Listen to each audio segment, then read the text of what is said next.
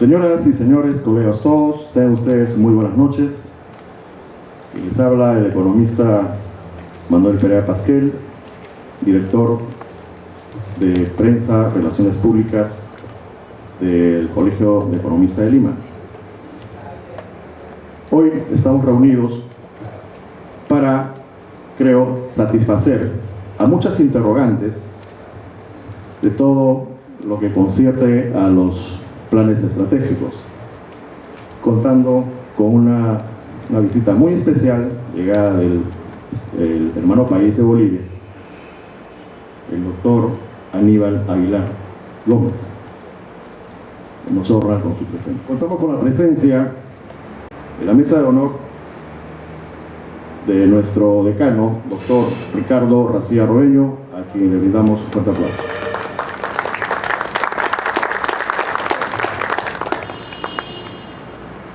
Nuestra vicedecana, economista Luisa Segarra Querevalú.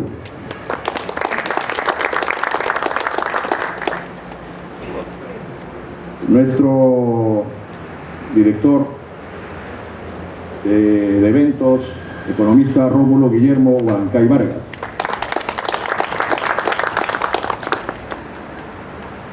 Y el señor expositor, doctor Aníbal Aguilar Gómez. El Colegio de Economistas de Lima, siempre cumpliendo con sus foros económicos los días jueves, tocando diferentes temas importantes de actualidad que nos orientan hacia la capacitación, el entrenamiento y la actualización en términos rápidos para quienes tienen el interés de escuchar estos temas y posteriormente profundizar en ellos en alguna otra institución o entidad universitaria.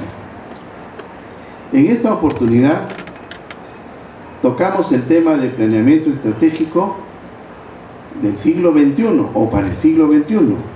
¿Cuáles son las nuevas tendencias? Nosotros sabemos que el planeamiento estratégico hoy en día ha reemplazado a lo que antes era la planificación, en el sentido que la planificación se elaboraba previniendo necesidades futuras del país, principalmente, pero no se tomaba en cuenta las estrategias que debían seguirse para cumplir los objetivos, vencer las debilidades y las amenazas y aprovechar las oportunidades y aprovechar las fortalezas. Entonces, acompañando el tema de planeamiento con la estrategia, aparece el planeamiento estratégico, que es un tema un curso que está en todas las universidades, principalmente en las carreras de economía, administración, contabilidad, sociología y en algunas ingenierías.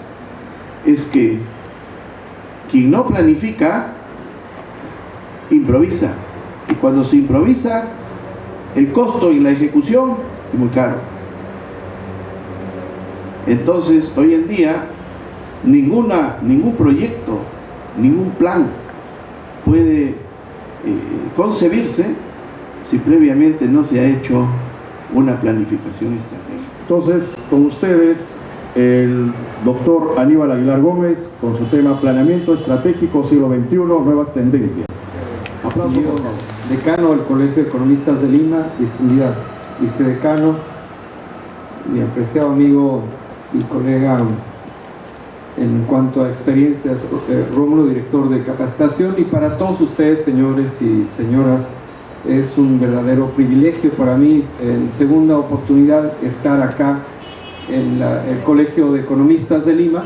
En el año 2008 tuve el privilegio también de dar una conferencia y anticiparme a varios temas respecto al planeamiento energético, que fue una propuesta muy interesante lanzada desde el Colegio de Economistas de Lima, Y por cierto, también recuerdo a un buen amigo economista peruano, don Pacífico Guamán, juntamente con Richard Webb, trabajamos en el año 1983 el primer mapa de pobreza del Perú. Con esas referencias y con la venia del señor decano y los colegas, vamos a entrar específicamente en el tema. Bien, esta imagen que ustedes ven, no sé si pueden observarla con atención, nos va a permitir entrar en la dimensión de poder entender los cambios tan profundos que se están dando en América Latina y en el mundo a nivel global mundial, pero particularmente en América Latina se presenta una gran paradoja. La pregunta para ustedes como economistas, como especialistas, el señor decano ha resumido, ha sintetizado de manera magistral el modelo de planificación o de planeamiento estratégico que ustedes tienen acá en el Perú, y no voy a entrar en el detalle específico, pero voy a tratar de que ustedes tengan una visión más amplia, basada en mi experiencia de por lo menos 3 décadas. Y esta imagen tal vez para ustedes no representa mucho, pero quiero llamar la atención sobre el enfoque, el fondo de lo que hoy quiero plantearles, y donde vamos a tratar de analizar dos siglos. No estamos hablando de poca cosa, porque justamente siglo XX y siglo XXI implican 2 enfoques, 2 paradigmas, 2 conceptos respecto a la gestión pública, respecto al planeamiento, respecto a la planificación, respecto a los diferentes procesos de cómo administrar, de cómo gestionar, de cómo prever y de cómo construir o no construir visiones estratégicas que permitan a los estados, a los pueblos y las sociedades compartir perspectivas, visiones y enfoques de la vida y del quehacer, de la economía y del desarrollo humano, y que permita crear condiciones para que las futuras generaciones también tengan una perspectiva de nuevo tipo y puedan asegurar condiciones de desarrollo. Bueno, esta imagen es el de una neurona. Sí, si ustedes ven una maravilla del diseño de Dios, tal como usted quiera concebir, pues fíjese, es esta capacidad que el ser humano, nosotros como seres humanos, desde el momento mismo del desarrollo inicial de las primeras sociedades, pues hemos tendido a prever, a plantear y aproximaciones bajo diferentes modalidades y formas. Algo innato al ser humano es planificar. Tenemos la capacidad de abstraer, es decir, abstraer situaciones y realidades, y el gran instrumento, porque a veces creemos que hoy la sociedad de la información y la comunicación propia del siglo XXI pues nos va a resolver el problema apretando un botón y automáticamente todos los problemas estarán solucionados si es que contamos con la última tecnología y, como dicen por ahí, el último gadget, es decir, el último aparatito de moda que nos permita llegar a niveles de aproximación.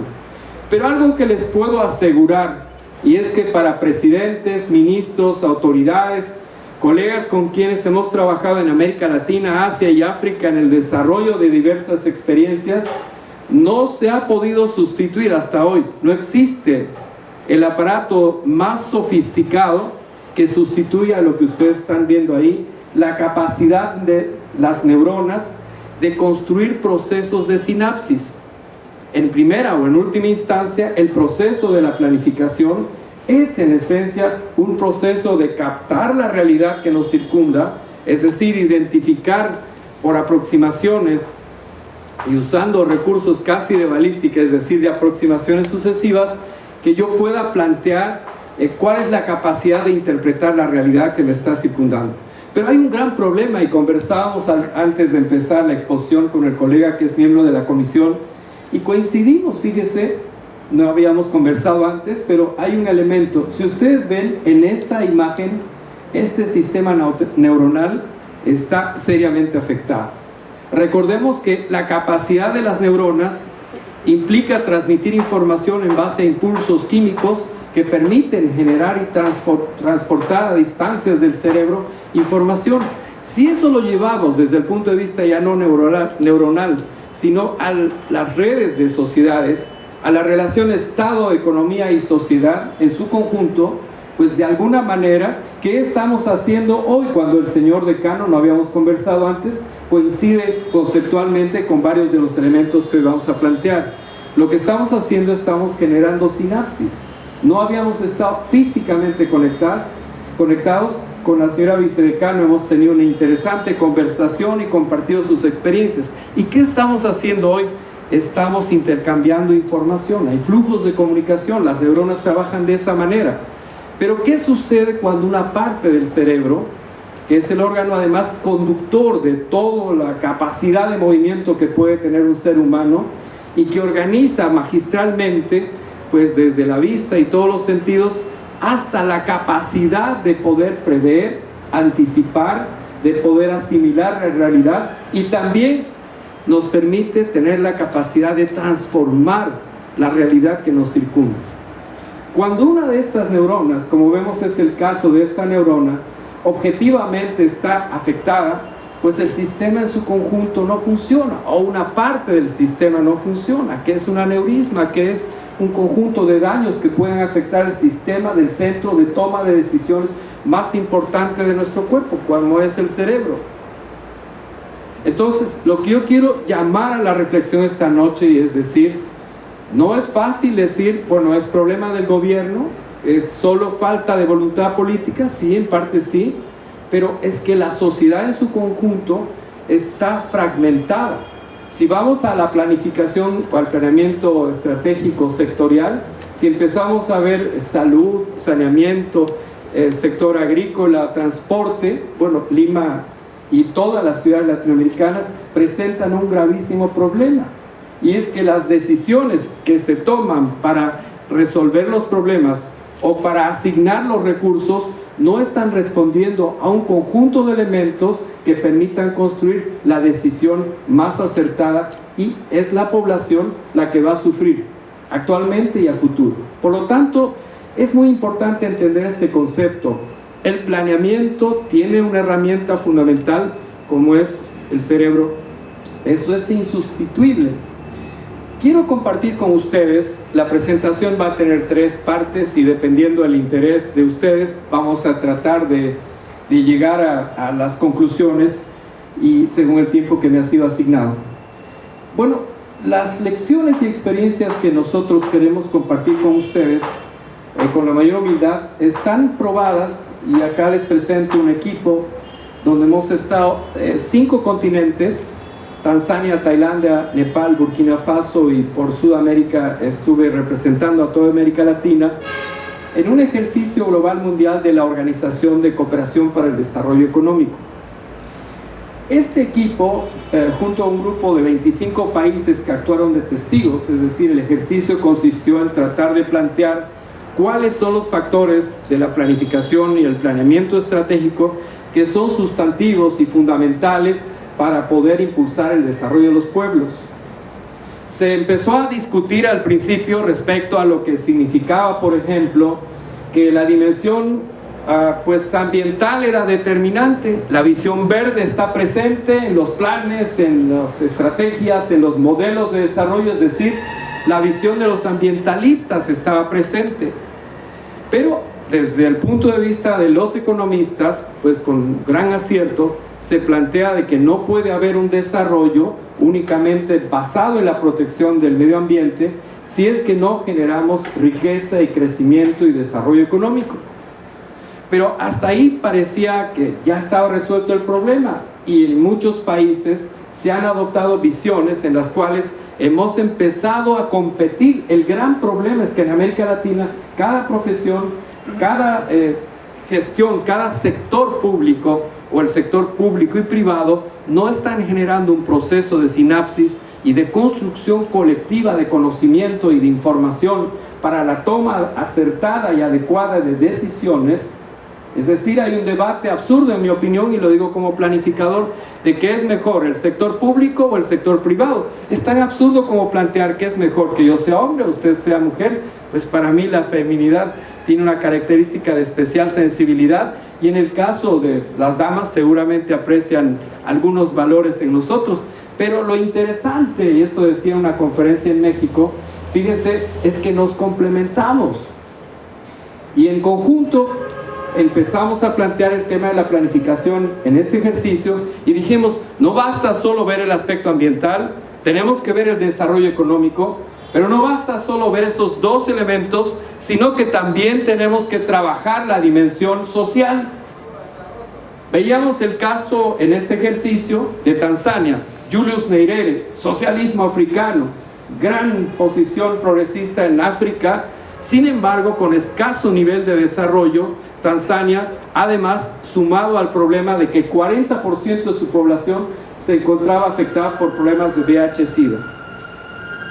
Tailandia, 22 millones de turistas. En el Perú estamos hablando, para hablar de magnitudes, aproximadamente de 1.9 a 2 millones de turistas.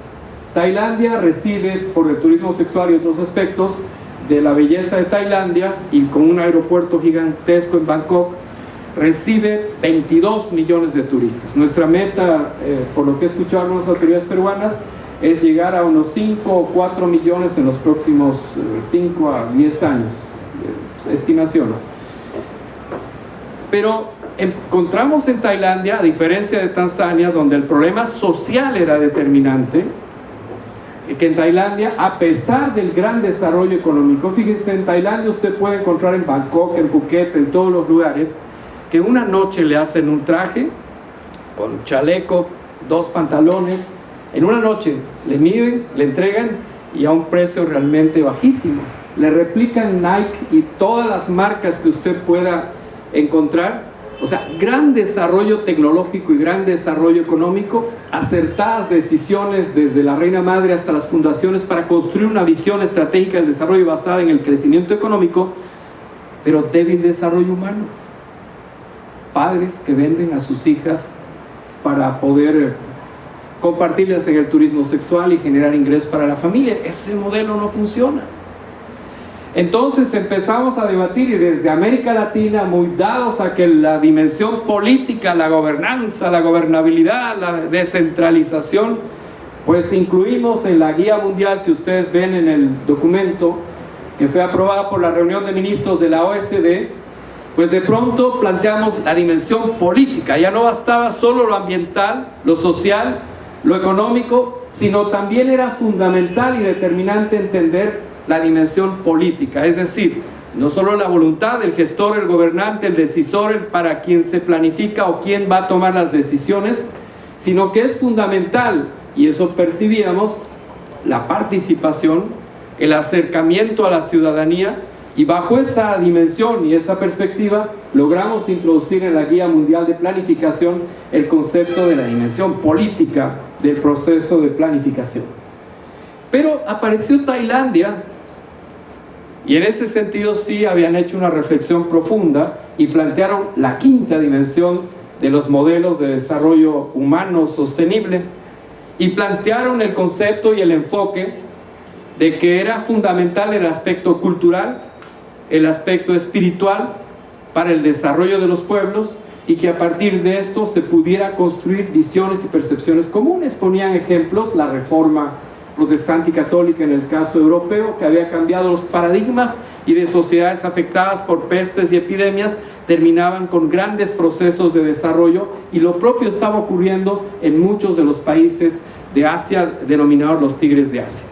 Y en América Latina yo creo que cuando hoy se está discutiendo que la variable educación es fundamental para mejorar la productividad de los pueblos, y de que la educación es fundamental para asegurar mejores condiciones de calidad de vida, y que eso está conllevando una exigencia para los decisores, gestores y planificadores, que tenemos que cambiar el enfoque de concebir ciencias, matemáticas, comprensión lectora solo como un elemento que sea propio de educadores, sino entender, lo ha dicho el ministro Castilla hoy, me parece interesante, pero mencionó ayer en una conferencia Krugman respecto a que si no incorporamos valor agregado a las grandes reservas estratégicas de materias primas, seguir exportando productos sin valor agregado, es decir, sin procesos educativos y científicos y tecnológicos que incorporen valor en la dinámica de aprovechamiento integral de los productos, de los recursos estratégicos,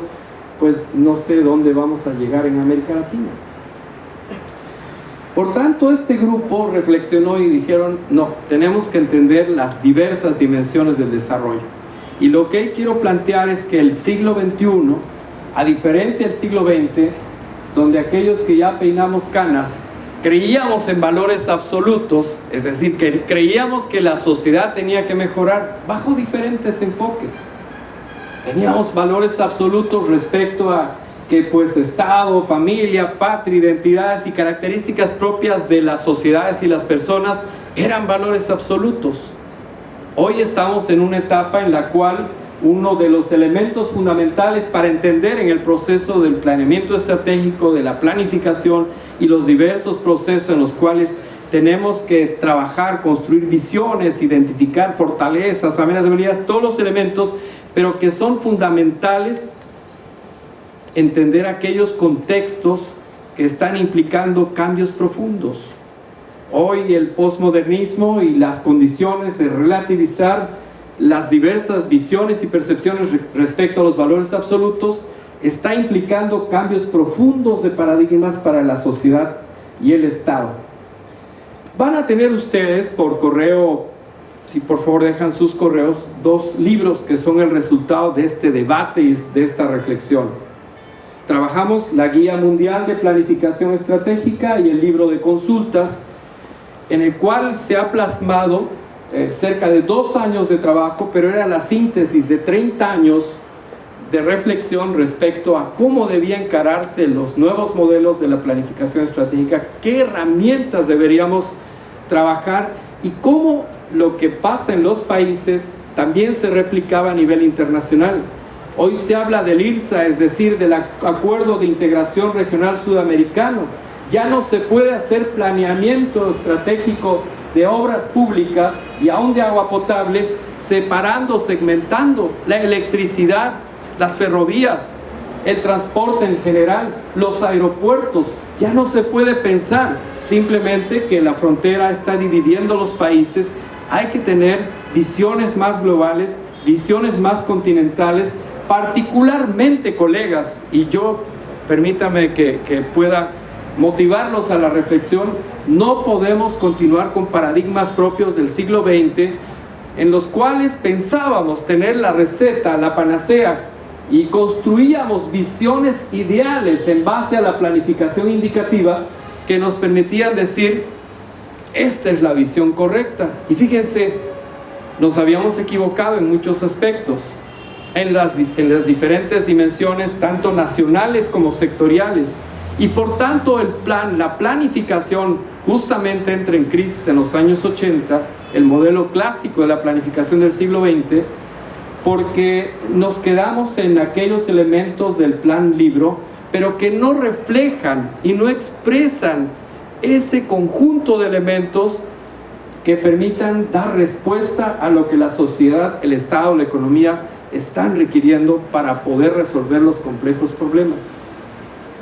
Entonces, en estas guías ustedes van a encontrar algunos elementos también a través del internet, pueden consultar otros materiales.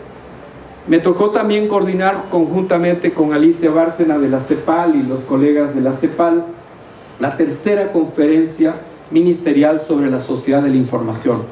Y de manera muy resumida, porque sería abundar en detalles, pues quiero llamarles la atención de que cuando hablamos del siglo XXI, no es solamente un hecho cronológico, no es que ya peinamos canas y bueno, ya es otra generación la que nos está sucediendo.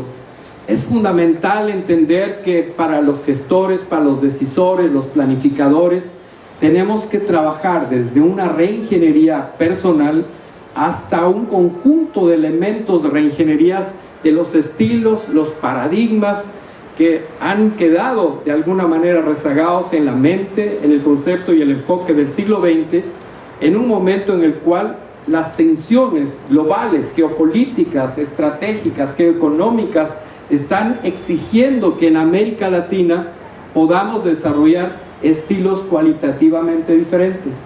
Fíjense, la pregunta que nosotros tenemos que hacernos, ¿Por qué a pesar de que han aumentado los servicios, por qué a pesar de que vemos relativa mejora en calidad de vida y los indicadores parecerían demostrar que estamos avanzando un poquito más hacia los objetivos de desarrollo del milenio, por qué a pesar de todo ello subsisten grandes y complejos problemas en sociedades que somos tremendamente ricas en cuanto a la disponibilidad de recursos naturales estratégicos?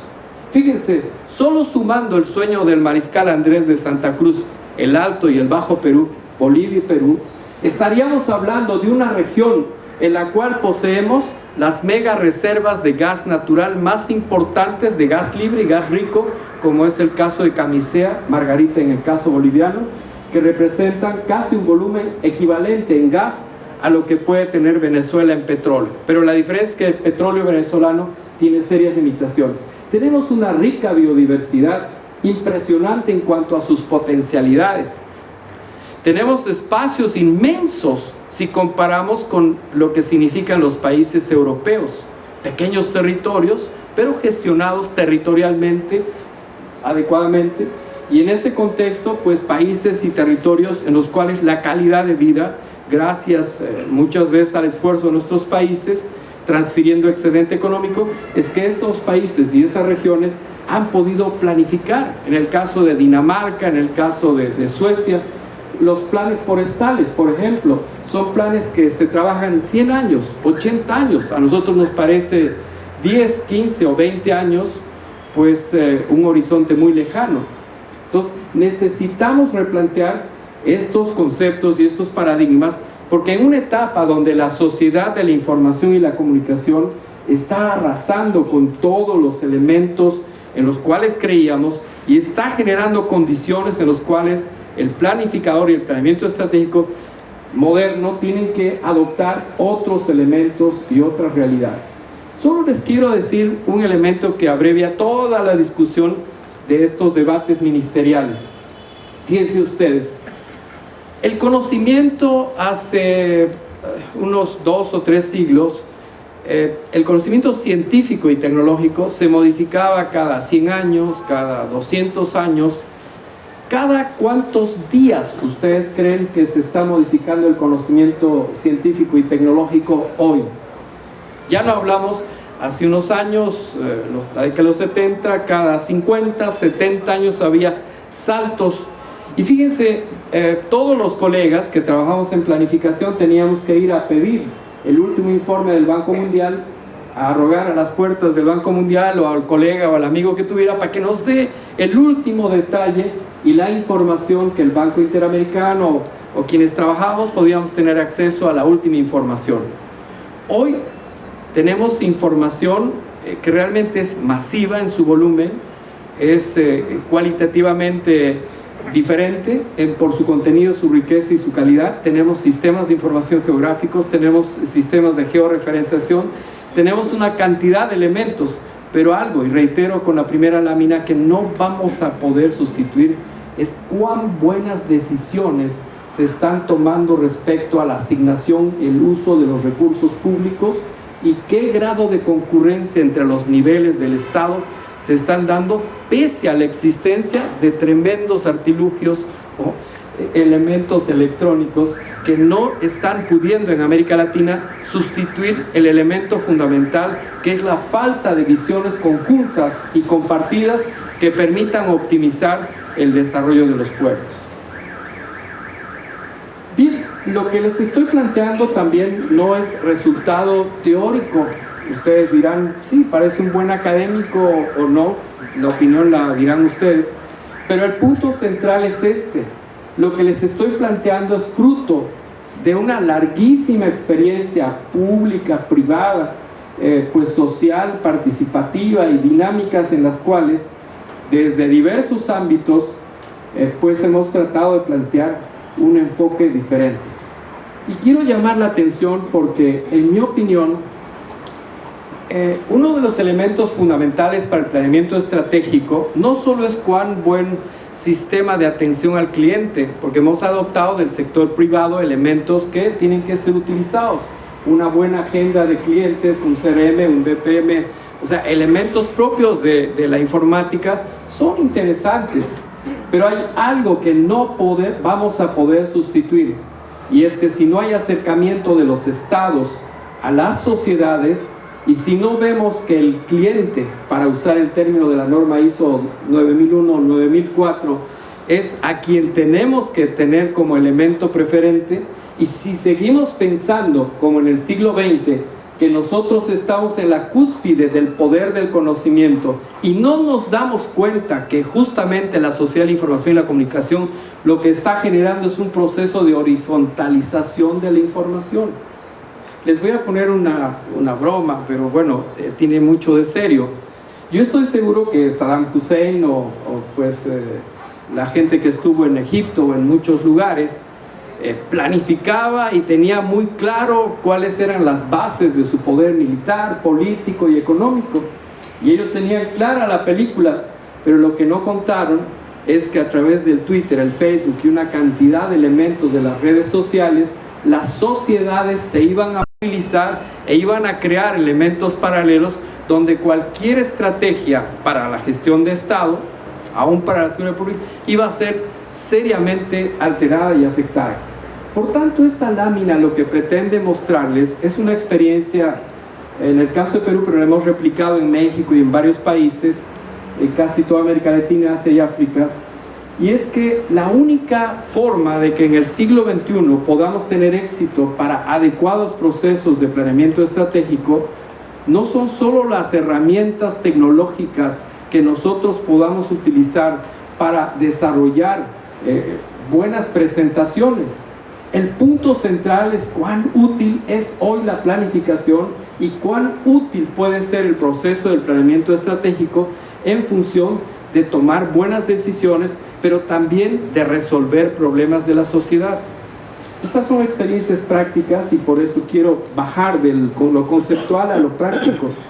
Y esta es una experiencia en la cual encontramos problemas y pudimos desarrollar metodologías, porque la planificación estratégica moderna tiene una característica fundamental que ustedes tienen que tener en cuenta.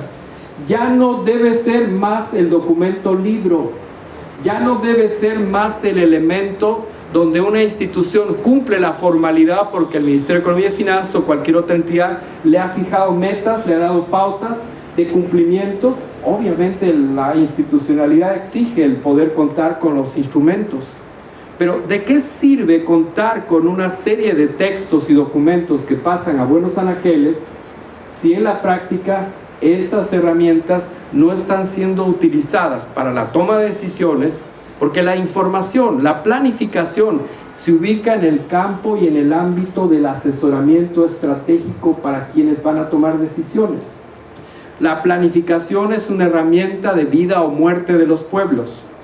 Por lo tanto, es fundamental que ustedes puedan entender y concebir que si no hay un acercamiento del Estado a la sociedad, pues objetivamente es muy difícil que en las sociedades del siglo XXI podamos esperar respuestas positivas de la sociedad. Y ese es el tema fundamental.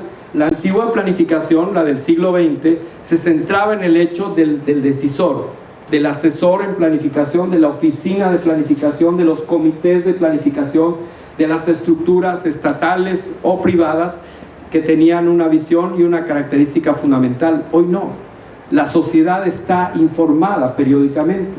Fíjense, los cambios tecnológicos son tan profundos y tan rápidos que necesitamos establecer pactos mínimos, y el proceso de planificación tiene que refuncionalizarse y tiene que cambiar los paradigmas en el sentido de entender que es la población la poseedora de información estratégica que nos va a permitir tomar buenas decisiones y entender el planeamiento estratégico como la solución de problemas.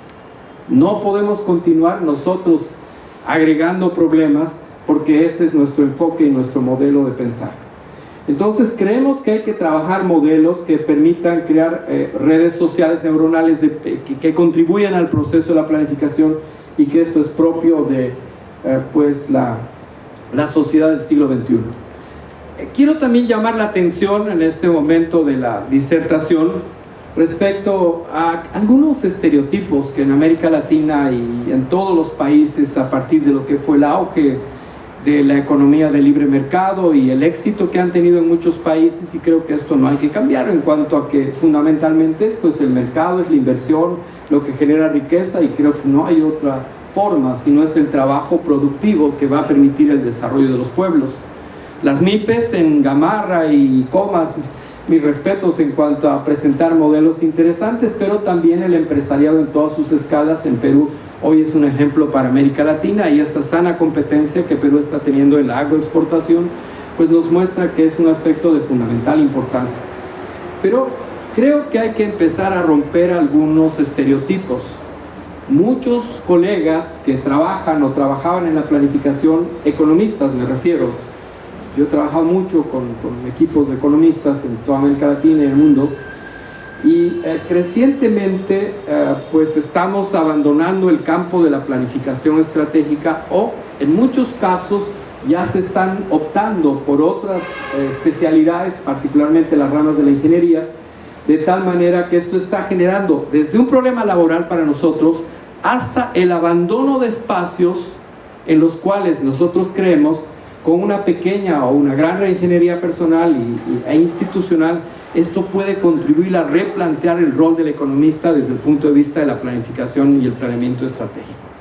Creo que esto es fundamental porque esa dicotomía entre economía de mercado versus planificación es entender de manera limitada como si la planificación hubiera empezado en Rusia, y eso no es cierto. La planificación podemos verla de manera práctica en Caral, o sea, para llegar a una sociedad de mutuas complementariedades, de pactos para que esa sociedad progrese entre pescadores, entre quienes construían las redes, entre quienes diseñaban esa majestuosidad de las edificaciones de Caral hace 5.000 años, fíjense, la primera ciudad madre, realmente es impresionante, pero además donde no había en un sentido estricto sacrificios humanos y no había pues disputa militar por el reparto del excedente, había cooperación, había reciprocidad, había complementariedad. Cito a la doctora Ruth Shadi para poner un ejemplo de por qué es importante. Trato de reforzar la idea de que en el siglo XXI la cooperación, la procura del bienestar, más allá del consenso de Washington, es de fundamental importancia para los planificadores entender que en una sociedad que cada vez se horizontaliza más, por eso ponía el ejemplo de Egipto, y yo decía, estos señores seguramente habían planificado, pero la realidad es que las redes sociales rompieron el dique y rompieron pues aquellos espacios y elementos en los cuales parecía ser que la información era un monopolio de los decisores políticos.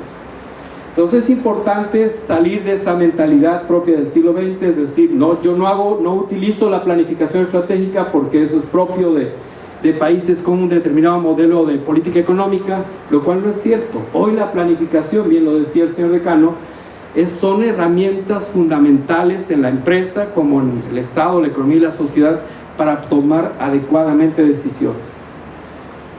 Por otro lado, entender también que en la economía de mercado no se planifica a largo plazo, pero sí se planifica y las perspectivas, los escenarios, se trabaja prospectivas, se hace inteligencia económica, se hace un conjunto de elementos que permiten trabajar ciertas aproximaciones.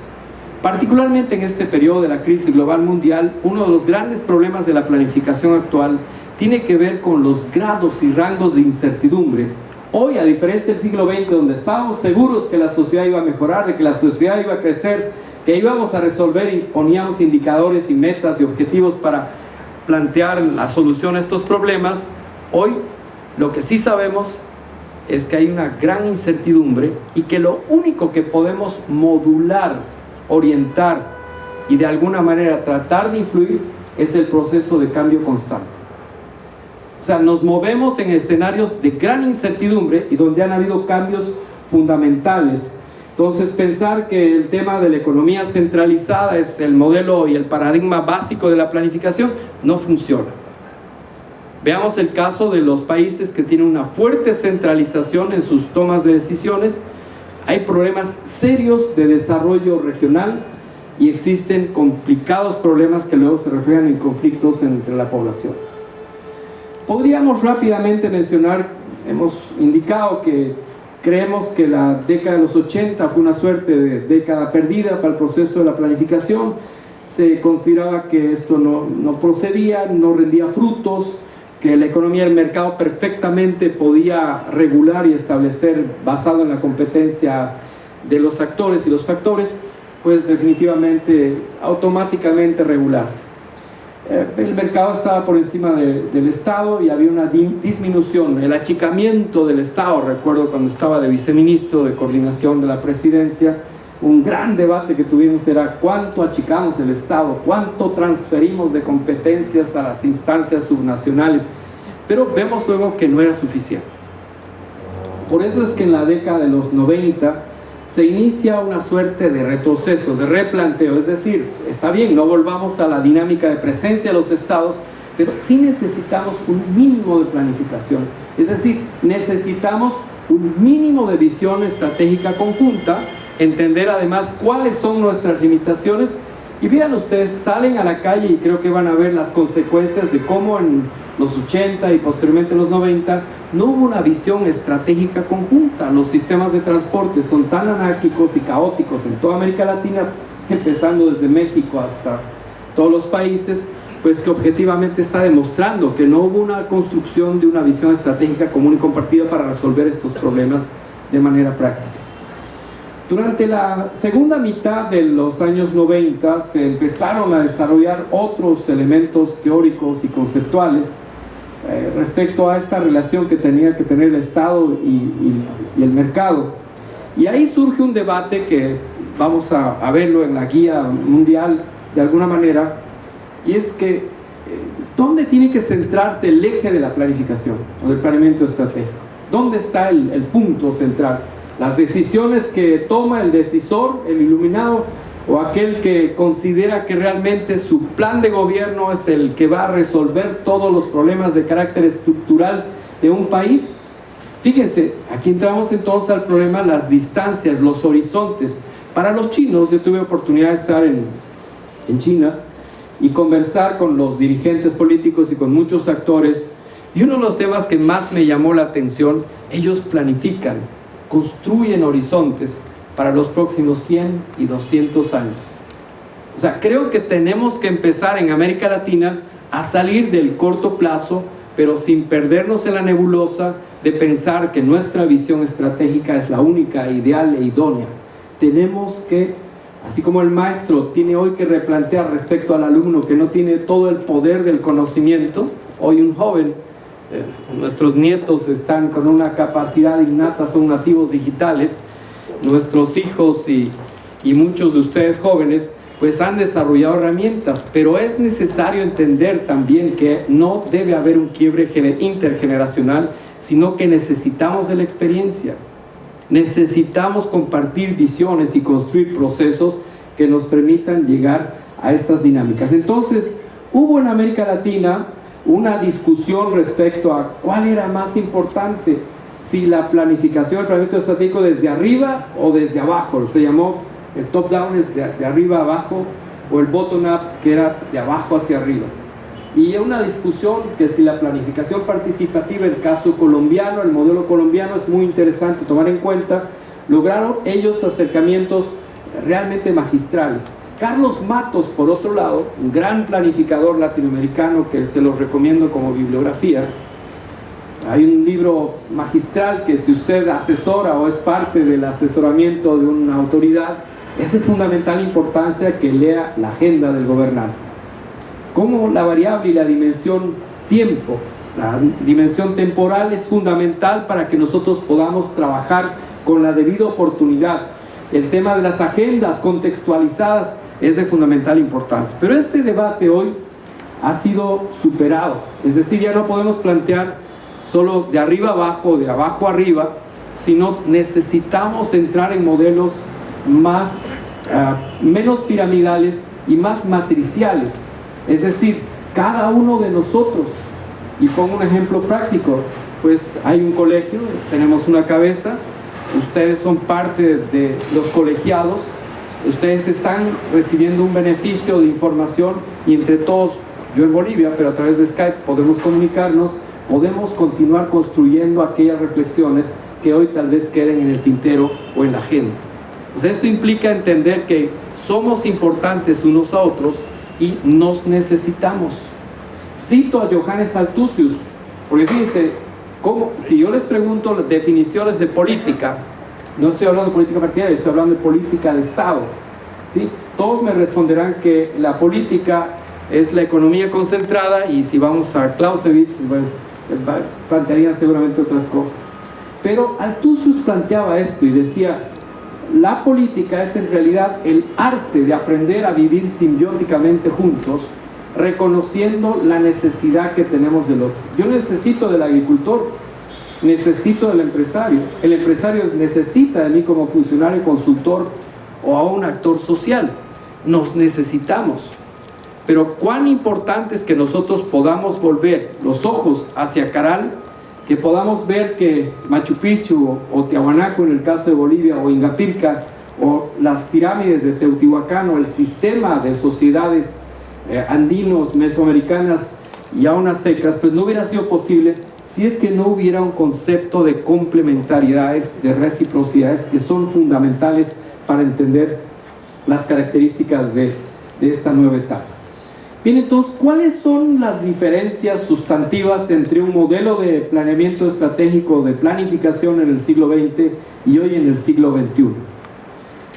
Encontrábamos en ese momento valores absolutos, propuestas de modelos económicos y políticos, una planificación indicativa, pues, que tenía características que ya las hemos mencionado, planes centrales, regionales y locales, muy poco y ausencia de planes sectoriales concurrentes con la planificación nacional, regional o local, y una distancia fundamental entre la visión estratégica y los planes operativos.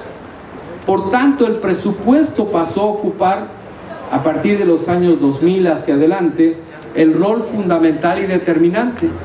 El documento del plan estratégico en una institución generalmente es un documento de referencia, muy pocas veces es utilizado. Por eso es que también el actor político, que no puede programar sino hacia los 5 años, muchas veces desecha la opinión del planificador, la asesoría o la consulta, porque no estamos siendo efectivos y eficaces para realmente dar respuesta al decisor político, al actor político que requiere respuestas rápidas, y a la sociedad, y eso está generando un complejo problema en las sociedades. El modelo era centralista, técnico-burocrático, y con esto no estoy demeritando la burocracia, como dice Weber, pues es fundamental para la organización de una sociedad. Apuntaba a los modelos de industrialización, la CEPAL, los modelos de París, todos los elementos que hoy de otra manera se están recuperando, eran importantes, pero no eran los únicos. En el siglo XXI, la característica fundamental es que hay gran incertidumbre. Nosotros no sabemos realmente cómo se van a comportar. Hoy se habla de que China y la India están, sus mercados muy complicados, y es probable que la desaceleración china vaya a afectar al conjunto de las sociedades. Es una realidad. Hoy la compra de hierro por India y por China, o la compra de cobre para Chile, o en el caso de Bolivia, pues las reservas de litio y las mega reservas que tienen son determinantes en función de cómo se comporta la economía de China. Tenemos grandes incertidumbres en torno a lo que significa, sobre todo, cuál es la fuerza y la potencia más importante en el mundo.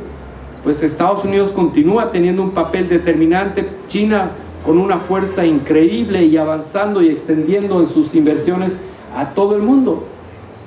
La India y los países del BRIC, ¿no? Nunca hubiéramos pensado que Brasil, India, China y otros países pues tuvieran un comportamiento y una característica cualitativamente diferente. Tenemos nuevos paradigmas, es decir, ya no podemos pensar como la dinámica en el concepto del siglo XX. Tenemos grandes transiciones tecnológicas, sociales, económicas, políticas y demográficas. Hay inversión de las pirámides demográficas, y esto está trayendo cambios fundamentales en la sociedad. Tenemos una sociedad de la información y comunicación. Estamos en una etapa de la sociedad del desarrollo de la humanidad, pues que objetivamente está trayendo cambios tan acelerados. Yo les preguntaba, ¿cada cuántos días se dan cambios en la ciencia y la tecnología? Hoy, cada 70 días. cada 70 días, y esto se está cortando. Si usted se va dando cuenta cuánta necesidad y presión de la economía y la dinámica del consumo va generando el hecho de tener el último aparato de moda, y junto con ello también aquellos elementos útiles que implican también cambios tan profundos que hoy hay en esta sociedad de la información y la comunicación.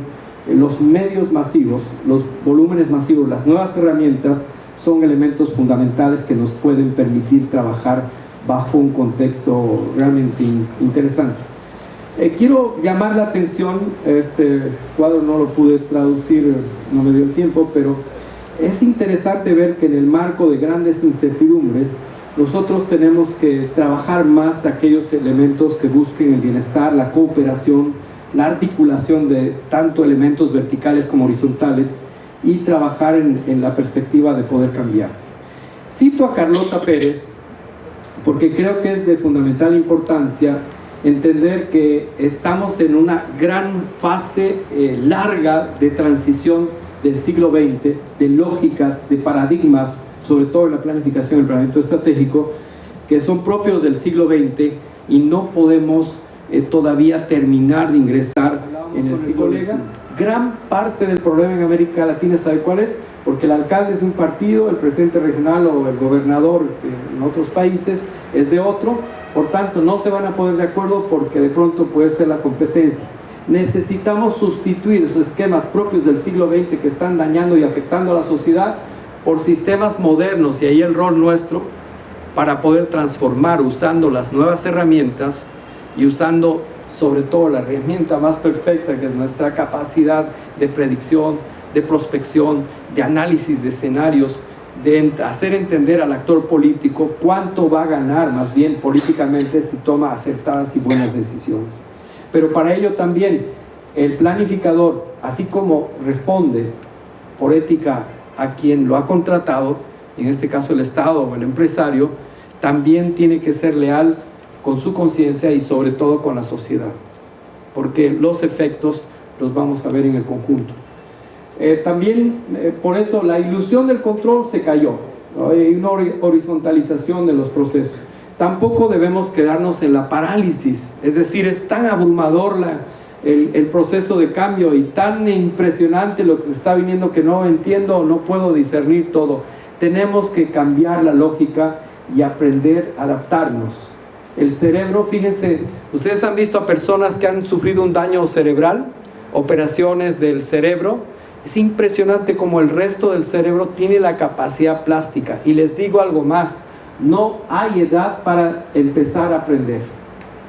En Europa, en Italia, tuve oportunidad de hacer un trabajo en Udine muchos meses, y me impresionaba ver personas de 85, 90 años que estaban yendo a la universidad de la tercera edad, y estaban yendo y generando un proceso de reingeniería que ha sido fundamental para poder generar el desarrollo del norte italiano. Entonces no hay edad, no hay disculpa en términos de decir, porque uno al final, hasta que pues Dios o no lo lleve, no termina de aprender. Y el buen planificador en el siglo XXI tiene que adaptarse y es asumir estos retos de tal manera que venzamos el miedo y rompamos la parálisis. Entender también que la planificación es un conjunto de relaciones. ¿Qué es mejor, gobierno central o gobierno local? ¿Le quitamos las competencias al gobierno local o a la región porque no son eficaces y eficientes en el uso de los recursos? No, momento, o sea, yo desde Lima no puedo objetivamente desarrollar todo el conjunto de factores. Necesito de todas las relaciones. Entender por eso que así como el sistema neuronal, ya termino, pues es de fundamental importancia ver las relaciones.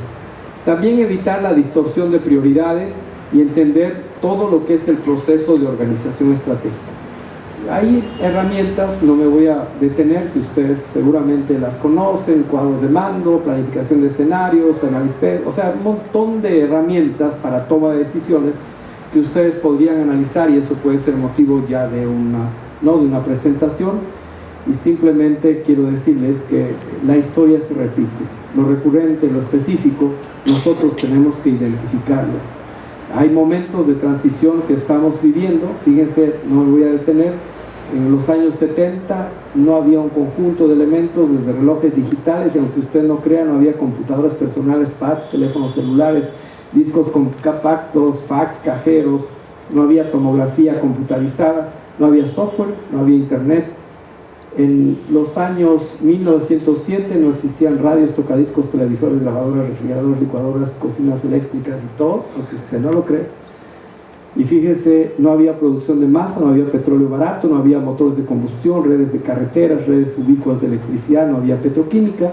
Por tanto, creemos que es fundamental para el planificador que nosotros entendamos hacia dónde estamos yendo, qué nuevos paradigmas tenemos que adoptar y qué elementos tenemos que deconstruir y reconstruir.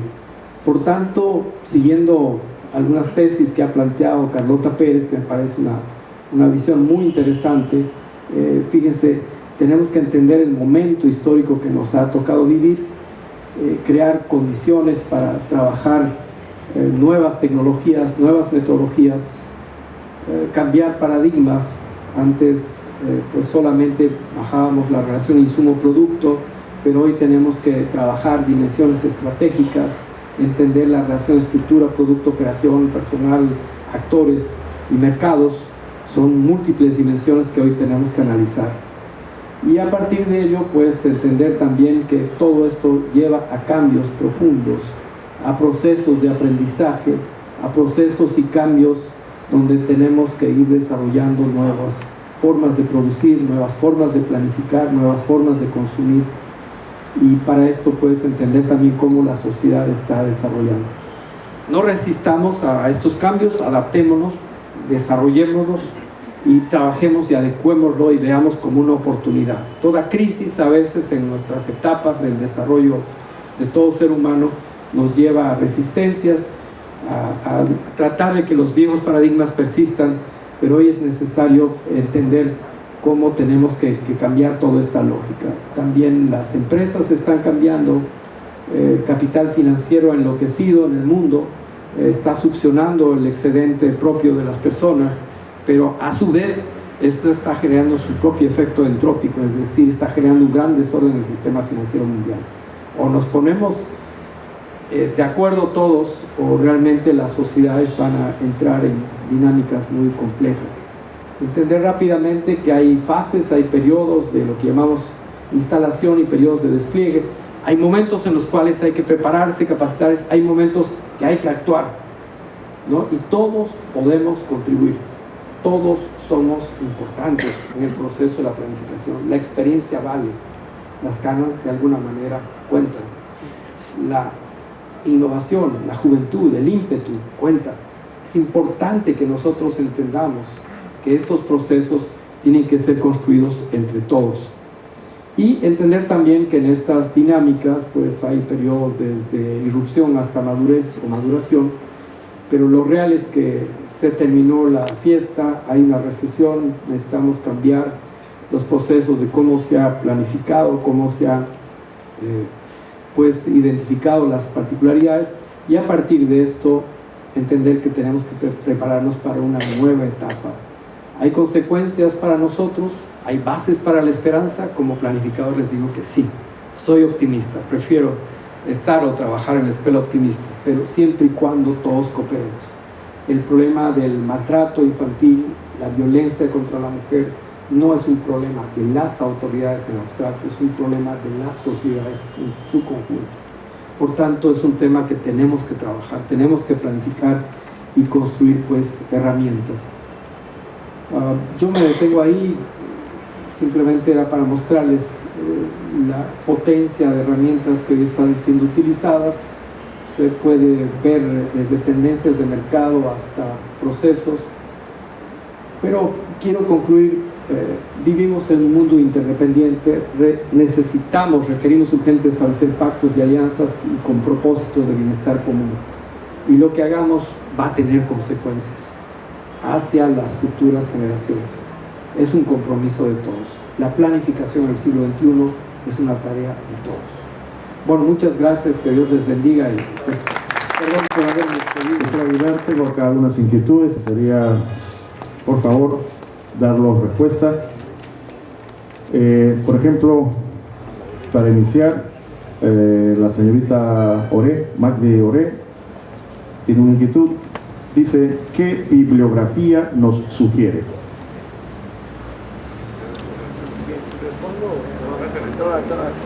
Bien. Bueno, realmente les estoy dejando dos libros. Uno es la Guía Mundial de Planificación de la OSD y el otro es el libro de consultas, parte de la bibliografía que ha solicitado la licenciada. Adicionalmente, si ustedes pueden mandarme un correo electrónico, yo me comprometo a mandarles la idea de conformar esta red. Si ustedes me permiten, creo que sería interesante. Bueno, Carlos Matos es un autor que indudablemente cualquier planificador realmente debe tener en su biblioteca.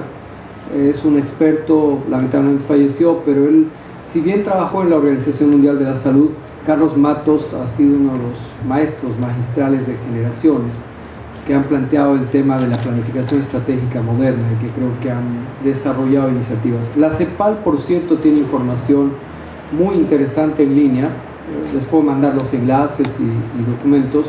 Hay desde historia de la planificación, que sería interesante, pero creo que para pensar en estas nuevas tendencias y en estos nuevos escenarios es de fundamental importancia consultar más bien textos en inglés. Lamentablemente, bueno, hay el traductor y no es tan complicado, pero tenemos en este momento debates muy interesantes.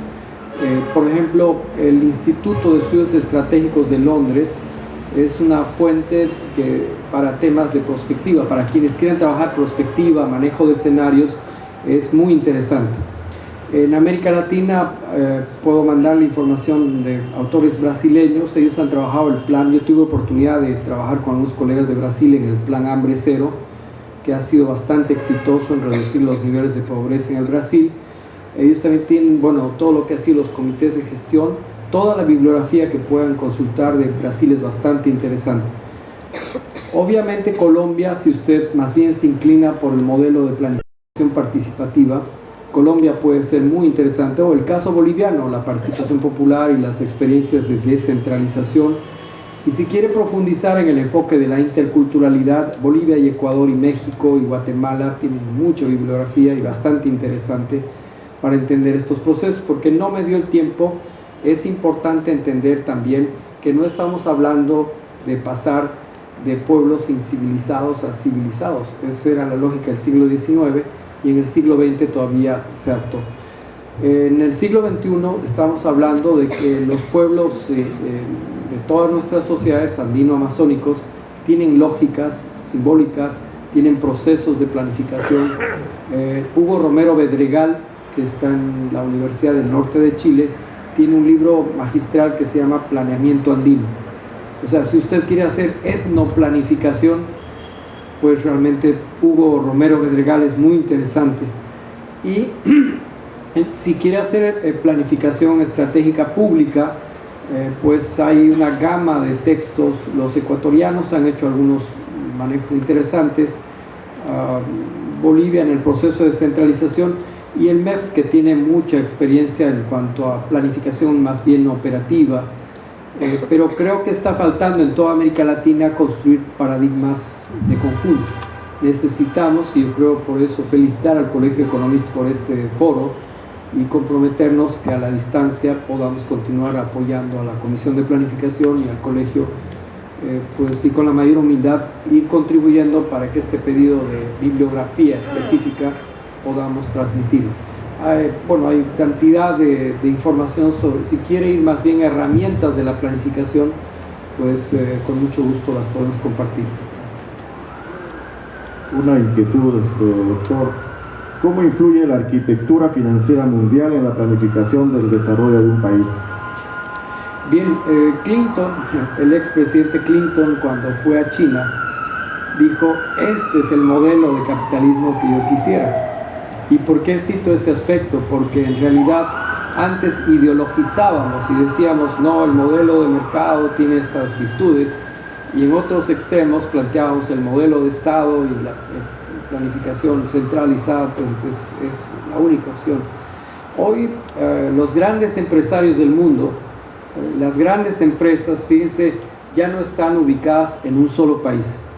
La hipersegmentación del mercado, la propia crisis financiera está llevando a cambios tan profundos en la manera de cómo gestionan las grandes multinacionales, y estas multinacionales se han dado cuenta que si no abren la mano y por la vía de la responsabilidad social también contribuyen al bienestar de las poblaciones, los problemas van a tender a complicarse.